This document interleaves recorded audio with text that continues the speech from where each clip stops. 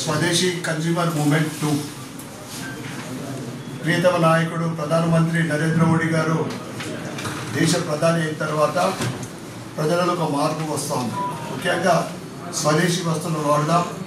మన భారతదేశంలో ఉన్న కుటీర పరిశ్రమలు కానీ, ముఖ్యంగా మహిళల చేతి వృత్తులు కానీ అవి మార్కెటింగ్ చేసి, ఎందుకంటే మోడీ గారు ప్రతి నెల కూడా తన ప్రోగ్రాంలో చెప్తూ ఉంటాడు,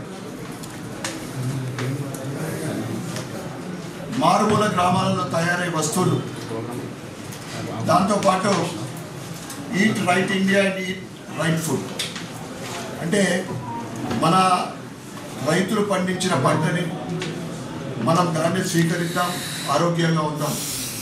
ఈరోజు స్వదేశీ కన్జ్యూమర్ మూవ్మెంట్ 2 పోస్టర్ ఆవిష్కరించడం, ప్రజలందరూ కూడా వీటిని పాటించాలని విజ్ఞప్తి చేస్తూ భారత్ మాతకి జై.